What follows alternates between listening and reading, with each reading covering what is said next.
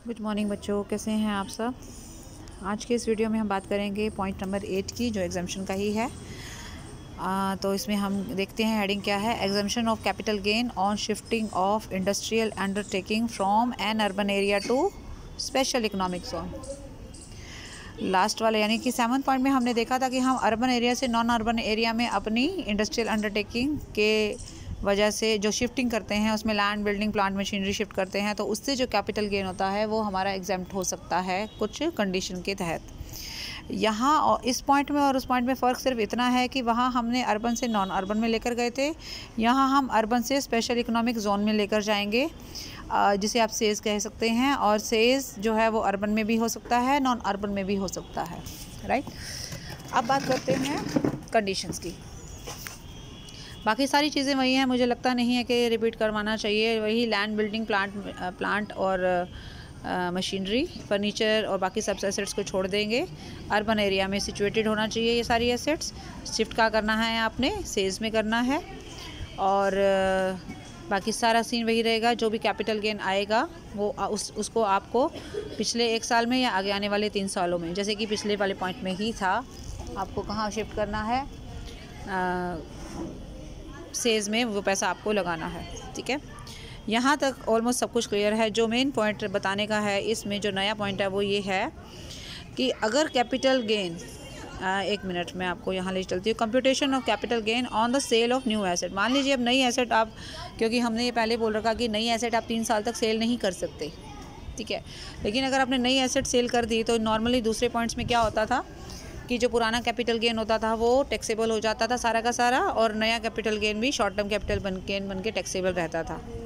यहाँ थोड़ा सा ध्यान रखिए, नया पॉइंट है। अगर कैपिटल गेन हमारा, मान लीजिए आपने नई एसेट को 3 साल से पहले ही बेच दिया है, तो क्या चीज़ टैक्सेबल होगी, वो पॉइंट यहाँ नया है।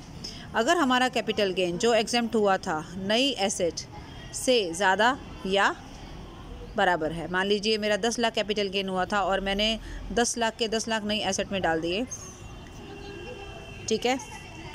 तो या फिर 10 लाख हमारा जो capital gain, 15 lakh capital gain था और नई एसेट हमारी 10 लाख की थी। फिर से बता रही हूँ, कैपिटल गेन जो एग्जेम्प्ट किया था वो नई एसेट से या तो ज़्यादा हो या इक्वल हो, तो हमारा फुल कंसीडरेशन कौन सा, जो हमने इस नई एसेट को बेचा है उसका पूरा का पूरा कंसीडरेशन हमारा टैक्सेबल हो जाएगा। ध्यान रखिएगा इस बात का, ठीक है। फिर नेक्स्ट आ रहा है, अगर मान लीजिए कैपिटल गेन हमारा नई एसेट के कंसीडरेशन से, नई एसेट जो आपने बेची है उसके कंसीडरेशन से कम होगा, तो इन दोनों का जो डिफरेंस होगा, मान लीजिए कैपिटल गेन 10 लाख है, न्यू एसेट्स जो है वो 15 लाख है, तो हमारा जो 5 लाख का डिफरेंस आएगा ना, वही टैक्सेबल होगा हमारा, राइट। ये हमारा नया पॉइंट था। बाकी सारा पॉइंट सेम रहेगा, वही कैपिटल गेन अकाउंट स्कीम का सीन रहेगा और एज इट इज़ रहेगा। 9 पॉइंट पे आ जाते हैं, exemption of long term capital gain on transfer of residential property. तो अगर आपने कोई भी कैपिटल गेन जो कि रेजिडेंशियल प्रॉपर्टी को बेचने से हुआ है, अगर उसको आप पर्टिकुलर जगह इन्वेस्ट करते हैं, उसका मैं प्रोसीजर बता देती हूँ। ये नया पॉइंट है हमारा। सबसे पहले तो देखेंगे कि इसमें इंडिविजुअल और HUF एलिजिबल हैं। दूसरी बात जो है, आपने लॉन्ग टर्म कैपिटल एसेट जो कि रेजिडेंशियल प्रॉपर्टी ही होनी चाहिए, वो आपने बेची है और ये बेचना है आपको 1/4/17 से पहले, ठीक है।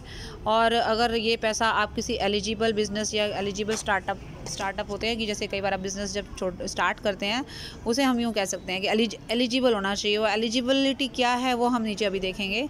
स्टार्टअप मतलब एक बिज़नेस स्टार्ट कर रहे हैं, उसमें लगाना है, तो उसके लिए एसेट का बेचना 1/4/17 से नीचे होना चाहिए, राइट। अब कंडीशंस क्या हैं।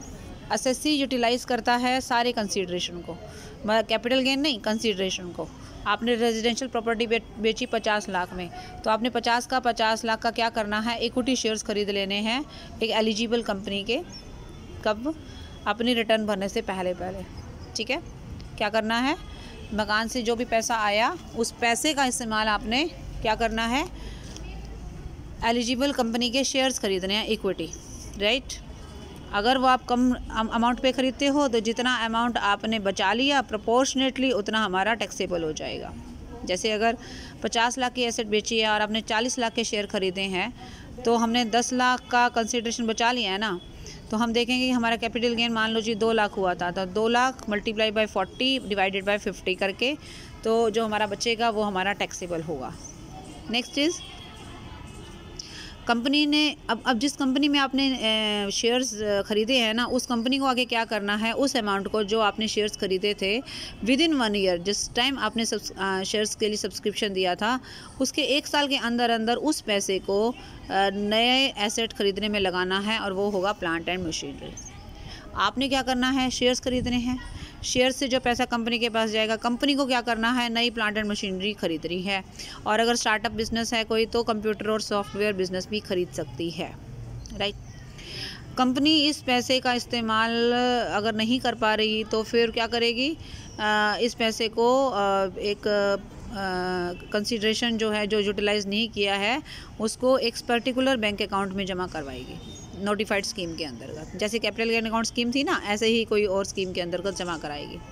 और इस जमा कराने का जो प्रूफ होगा वो एसएससी को, जो हम अपनी बात करें ना इंडिविजुअल और एचयूएफ, वो अपने रिटर्न के साथ अटैच करेंगे। फिर से बता रही हूँ प्रोसीजर।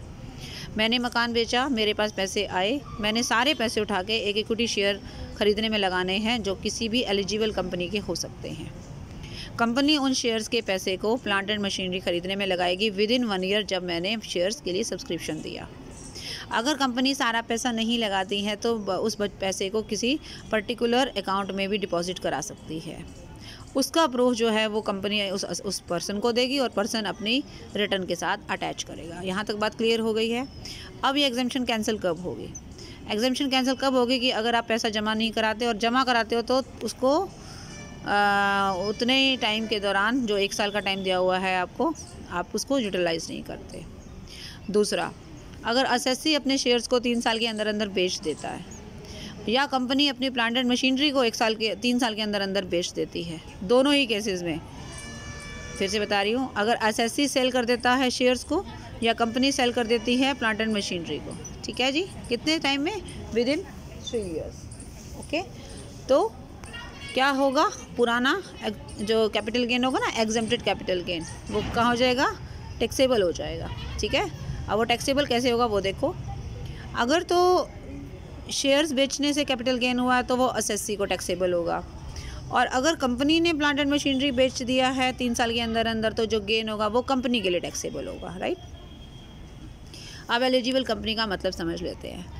ये कंपनी वो है जो इंडिया में इनकॉर्पोरेटेड होगी, स्पेशली उस दौरान जिस दौरान क्या 1 April of the previous year, कौन सा previous year? Relevant to the assessment year in which capital gain arises. जिस टाइम की हम बात कर रहे हैं जब आपको कैपिटल गेन हुआ था रेजिडेंशियल प्रॉपर्टी को बेचकर, उस प्रीवियस ईयर में कंपनी इंडिया में इनकॉर्पोरेटेड होनी चाहिए, नंबर 1। नंबर 2, कंपनी का बिजनेस होना चाहिए, मैन्युफैक्चर होना चाहिए पर्टिकुलर चीज़ें बनाने का, ठीक है, मतलब बिजनेस में कहने का मतलब लगी हुई है। फिर नेक्स्ट है, it's a company in which the assessee has more than 25%। ये वो कंपनी होनी चाहिए जिसमें एसएससी के 25% शेयर्स से उससे ज़्यादा होने चाहिए, या उसकी शेयर कैपिटल में उसका हिस्सा होना चाहिए, या उसके वोटिंग राइट्स होने चाहिए 25% से ज़्यादा, ठीक है। ये वो कंपनी होनी चाहिए जो छोटे यानी स्मॉल स्केल और मीडियम इंटरप्राइजेज़ की तरह काम करती है, और एलिजिबल स्टार्टअप है, मतलब कि या फिर स्टार्ट कर रही है एक तरह से। तो ये हो गई जी हमारी अब तक की एग्जाम्शन। 8 एग्जाम्शन हैं, आप 8 में से जो भी आपको सूट करे वो आप ले सकते हैं, अगर आप कैपिटल गेन को टैक्स से बचाना चाहते हैं तो। अब ये 2 पॉइंट हैं जो मैं डिस्कस करना चाहूँगी। पहला है extension of time for acquiring a new asset और डिपॉजिटिंग और investing the amount of capital gain. कहने का मतलब ये होता है कि आपने जो शुरू की 5 डिडक्शन देखी हैं, शुरू की 5 एग्जाम्शन देखी हैं, उन सब के यहाँ पे ना डिटेल लिखी हुई है, ठीक है। उसमें ये बता रखा है कि मान लीजिए कई बार क्या होता है कि हमारी एसेट को गवर्नमेंट ने टेक ओवर कर लिया है, और टेक ओवर करने का मतलब होता है वो हमें कंपनसेशन देगी, वही हमारे लिए फुल कंसिडरेशन माना जाएगा। कई बार क्या होता है कि सरकारी कामकाज थोड़ा लेट हो जाते हैं, तो हमने ट्रांसफ़र तो कर दिया लेकिन हमें अभी पैसा हाथ में नहीं आया है, तो जिस टाइम पे पैसे आपके हाथ में आएंगे उस दिन से ही अकाउंट किया जाएगा टाइम पीरियड। वो 1 साल 2 साल 3 साल जो भी था ना, वो उस दिन से अकाउंट होगा। तो वो अमाउंट, वो पीरियड एक्सटेंड हो जाएगा जब एक्चुअली आपको कॉम्पनसेशन हाथ में आएगा, ठीक है। दूसरा पॉइंट कह रहा है exemption of unutilised deposit under the capital. आप कैपिटल गेन अकाउंट स्कीम में जब पैसा डालते हैं उसका इस्तेमाल आपको 3 साल के अंदर अंदर करना होता है, लेकिन कभी कभी ऐसा हो सकता है कि इंडिविजुअल या HUF का जो करता है अगर उसकी डेथ हो जाए और अकाउंट में पैसा ऐसे कैसे रखा है, तो अब वो पैसा उसके घर वालों को मिलेगा। क्या घर वालों को भी ऐसे ही इन्वेस्ट करना होगा? नहीं, कोई ज़रूरी नहीं है। वो पैसा घर वालों को एक तरह से उसके जाने के बाद जो प्रॉपर्टी मतलब बंदा छोड़ गया है उस बिहाफ पर मिलेगा, उनके हाथ में टैक्सेबल नहीं होगा, राइट। तो जो चला गया है वो भी उसकी प्रॉपर्टी को भी कुछ नहीं छेड़ा जाएगा, ना कोई टैक्स लिया जाएगा, और ना ही उसके जो नॉमिनीज होंगे जिनके हाथ में पैसा आएगा उनको कोई टैक्स देना पड़ेगा। उनके लिए टैक्स, ये वाला पैसा बिल्कुल टैक्स फ्री होगा, राइट।